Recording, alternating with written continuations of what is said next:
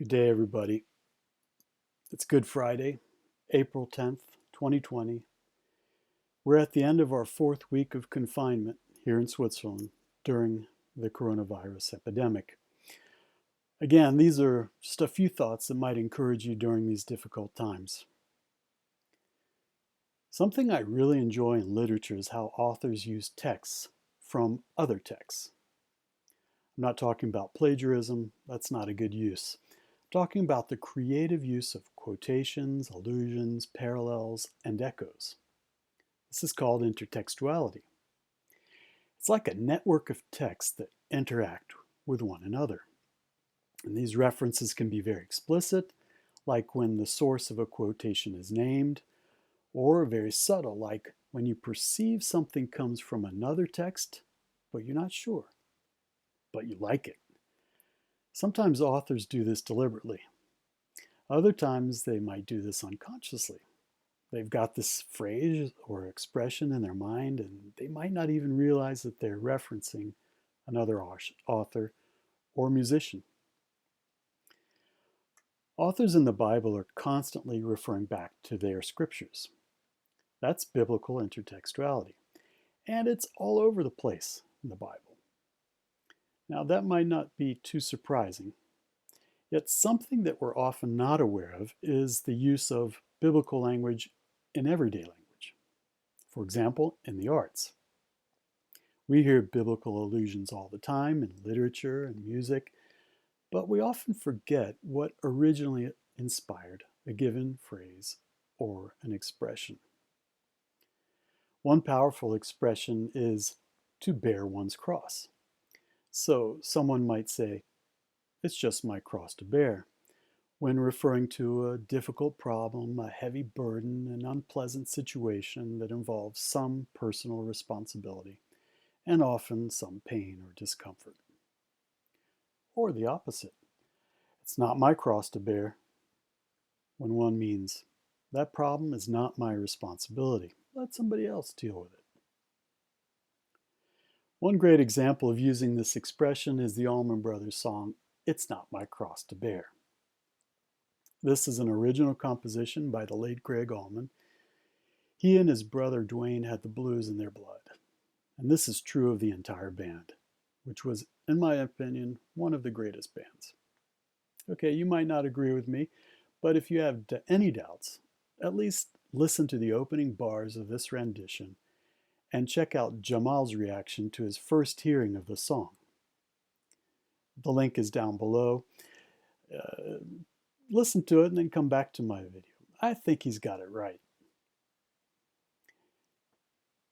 In that song, the singer is lamenting about a relationship which has experienced a bad, bad misfortune.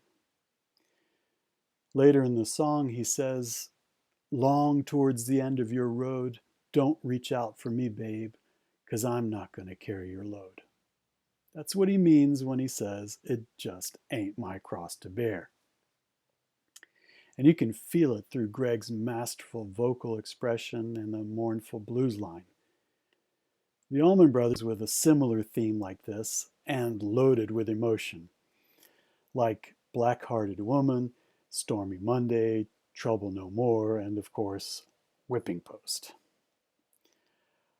I think it would have been more balanced to hear a female singer sing these songs, or one or two of them too. So what is the link between Gregg Allman's song and the Bible? In antiquity, the use of crosses, or cross-like structures, to crucify people was well known. It was used by the Persians, the Greeks, and the Romans. Thousands and thousands of crosses were used then.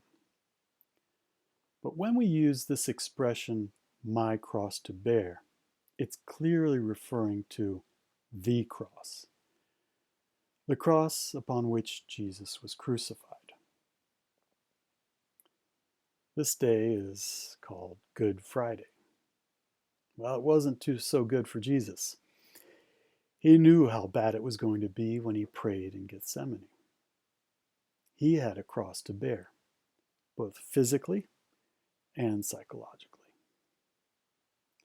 By faith, knowing the outcome, he accepted to go the way of the cross. True, Simon of Cyrene helped carry the cross until Golgotha, but only Jesus could truly endure the cross. He bore the cross, then the cross bore him. Jesus gave himself willingly for others. And this echoes what John the Baptist had said when he saw Jesus. Here is the Lamb of God who takes away or bears the sin of the world. From that day on, Jesus' cross became the cross in which our expression finds its profoundest source. In the light of Jesus' resurrection, his cross became not only a reminder of his suffering and sacrifice, but also a source of hope for us. That is the paradox of the cross. He bore the cross for us. We might bear other crosses, but we won't have to bear that one. So what about this coronavirus epidemic? Speaking of crosses, whether one is inspired by Jesus' cross or not, this is our cross to bear. We can help bear the burden of others, now and in the aftermath. We hope you all are doing well on this Good Friday, and we wish you all a blessed and meaningful Easter weekend.